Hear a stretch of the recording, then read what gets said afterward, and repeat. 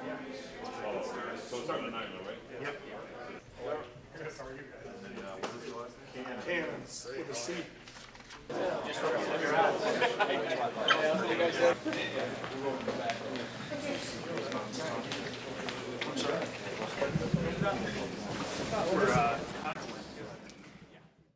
Now think about how your body's feeling right now. It's anticipating. It's like, what the hell is this guy going to do? Are you on your toes, your heels? It's different for everybody. It's one foot in front of the other, or you think, I'm going back to the position I was taught. Not that. Go into position, move fast and strong. If someone's going to go and, beat you, and you're playing dodgeball, are you going to stand there like this? No, you want to move fast. So you get like this, and I go this way. Look how slow everybody is. If I go this way, if I go this way, if I go this way. Now you're anticipating, you're feeling. No, now you're lower. Now your feet have changed. You know what? Put a bat on your shoulder. That's where you're going to hit from. Thread a ball. That's where your body wants to go to when you throw. Don't get in its way, because your body's finding where it's strong at this moment, at the present time. You perform from that position. Tommy John surgery was so important, has been so important to so many players, is that the main restraint to this load that we put on the elbow is the ulnar collateral ligament, or the Tommy John ligament. And that's on the inside of your elbow, and it goes between the bump on the inside of your elbow, okay, to the bone here. And that's what when we reconstruct it, that's what we do. But the other thing is the flexor pronator mass is here too. So all the muscles, most of them anyway, that move your fingers and your wrist are actually attached either to the... Anthony was quite the student athlete at Wayne State.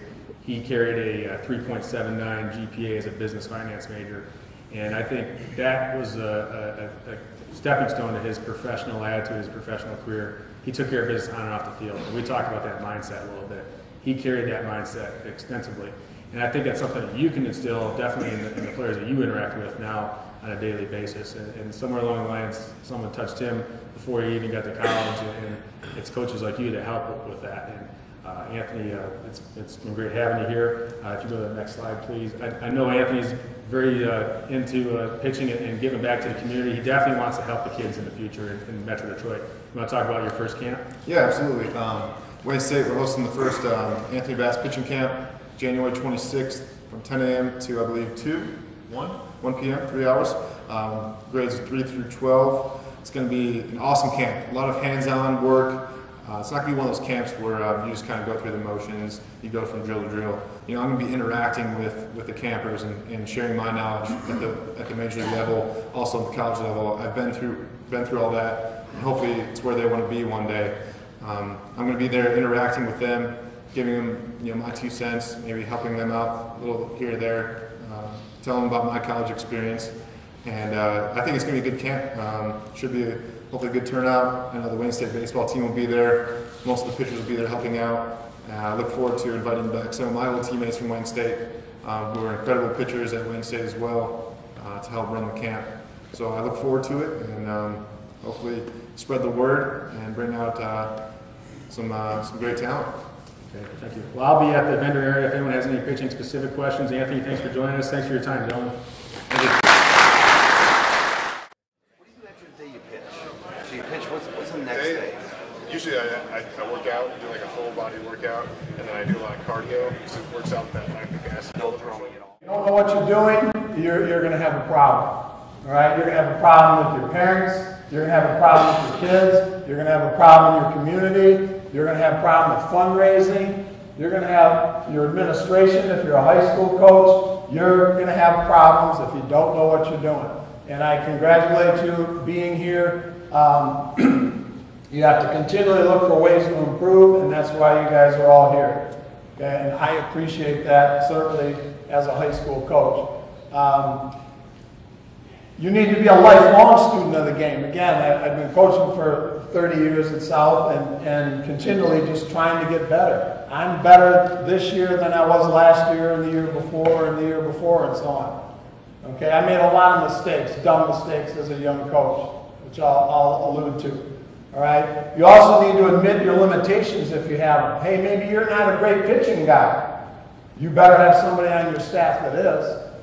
You know, I'm really fortunate in my staff. There's 5 of us total, and you know, I played Division I ball at Central Michigan. My son, who helps me coach, when he can get there, he works for the Detroit Tigers in Sweet Sales.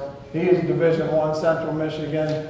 John Hackett, my pitching coach, played AA ball. Kevin Schroeder, one of my assistants, all-state dream teamer. Okay, and Matt Reno is an all-conference infielder at Grand Valley State. Okay, that right there is just built-in credibility, if you want to call it that, in terms of a coaching staff. And I think that we have fewer problems because of that. If your kids and your parents and your community see that you know what you're doing, you're going to have less problems. So that's a good starting position. Right. Some guys like to field in the left, some guys like to field right. Just field the ball. Right? Just field the ball. I like to field out front. I like to field out front. Why? Because you got to have good hands. Out front, good hands here, so that you can field it, then you get yourself in position. Okay, now what happens next is, once I come from this position, we just replace our feet. So if first base is over there, I'm just going to replace my feet. See that? All I did, I didn't do anything, that was rocket science. I just replaced my feet, and now I'm in a position to throw every time. So I just replace my feet. That's it. From here to here. So guess what, guys? We actually practice that too. Explain the knee when you came up on the slow roller. I fielded off my left knee. It's the same way when I'm in the outfield too. This is when I talk about the outfield play too. I field off my left foot and I get right in my crow house right away. Going to the crow. It's the same way as a here. As I field it here, I take a step here because I want to eliminate steps, and then my next step is throw. Okay. You see what I'm saying? So it's right here. As I catch it, I'm getting it up here, taking my step here, and I'm going right there because I'm getting the ball already. You lack balance. That means, in my opinion, you lack a plan. You lack an actual plan of commitment. So let's just say we're committing to a fastball away. If we're committing to a fastball away, we're acting as if the pitch is going to be on the other half of the plate, which is a deeper contact point. Okay? If we get a breaking ball, because we're committed to a deeper contact point, we're going to be more on balance because we have more time to make that decision. All right? Otherwise, if we don't, or it could be middle in, that's fine too, but we have an idea, all right, of what we're looking for mentally. All right? We're planting a seed right here. All right? We're planting a seed right here, and we're allowing our body to work off that seed that we just planted. Otherwise, we're palm tree in the wind. My players make fun of me all the time with all these cliches. You're a buffalo with a cliff, you're a palm tree in the wind, you just get your butt kicked. You're at the mercy of all the conditions that are around you. Have a plan and plug it in. Now these are little things that everybody can benefit from, and this is all part of, on a daily basis, creating this culture of championships. We like to think of ourselves as process-focused, not result-oriented, but process-focused. So instead of focused on what the end result is and the things we don't control, focused on today and taking advantage of the opportunity of today. Today plus today plus today equals your season. Every single one of you guys that are here are getting better today. In talking to that with our players about how important that is. 86,400 bank account, you guys have probably all heard that one. If you haven't, it's the analogy of, if I were to say you're going to get $86,400 every single day, you would be pretty fired up about that. We all would. And the catch is, because that's what you'd say when they say, hey, you're going to get $86,400 every single day, you say, right, that's the catch. Well, the catch is that you have to use it. If you don't use it, you lose it. It doesn't roll over.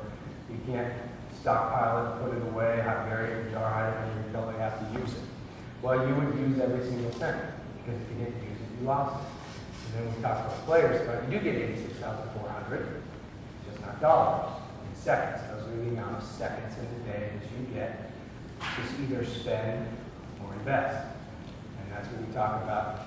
Good usage of time. You spend your time playing video games, texting, watching TV. You invest your time working on the game, you pick off move it, lifting weights, taking extra swings in the cages, etc., etc., etc. So that's a use of time.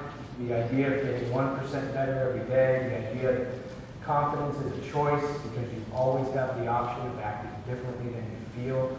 You may not feel good, but you can act differently. You may be tired, but you can act enthusiastic. Excellence is kind of the standard that we talk about. Now, as far as the recruiting process, and how you're going to get seen, I really believe, I don't think that many guys slip through the cracks. I really don't believe it. I really believe that. Okay? I think if you're good enough, people are going to find you. I really believe that. So for me, it's hard to listen to the kid or the mom and dad that said, well, my high school coach never really promoted me. I'm sorry, I don't buy it. Okay?